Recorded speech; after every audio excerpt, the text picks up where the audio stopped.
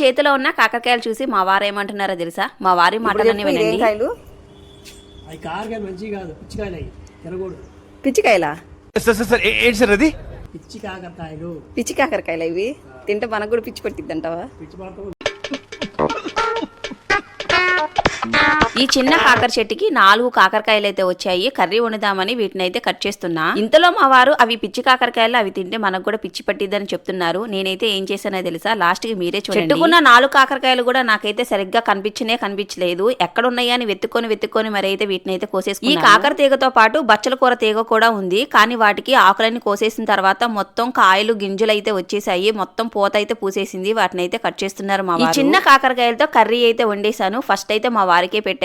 ఎలా ఉందని చెప్పి అడిగి మరి తర్వాత నేను ఫస్ట్ అయితే తిననని చాలా సేపు మారం చేశారు. ప్రేమిస్తే సినిమాలో హీరో కనుక రోడ్ల మీద తిరిగినట్టు నేను తిరగాల్సి వచ్చింది. వామ్మో నాకొద్దన్నారు. కానీ ఎలాగైతే తిన్నారు బాగుందని చెప్పారు. ఈ కర్రీ తిన్న తర్వాత మా ఇద్దరికైతే పిచ్చేం పట్టలేదు. బాగానే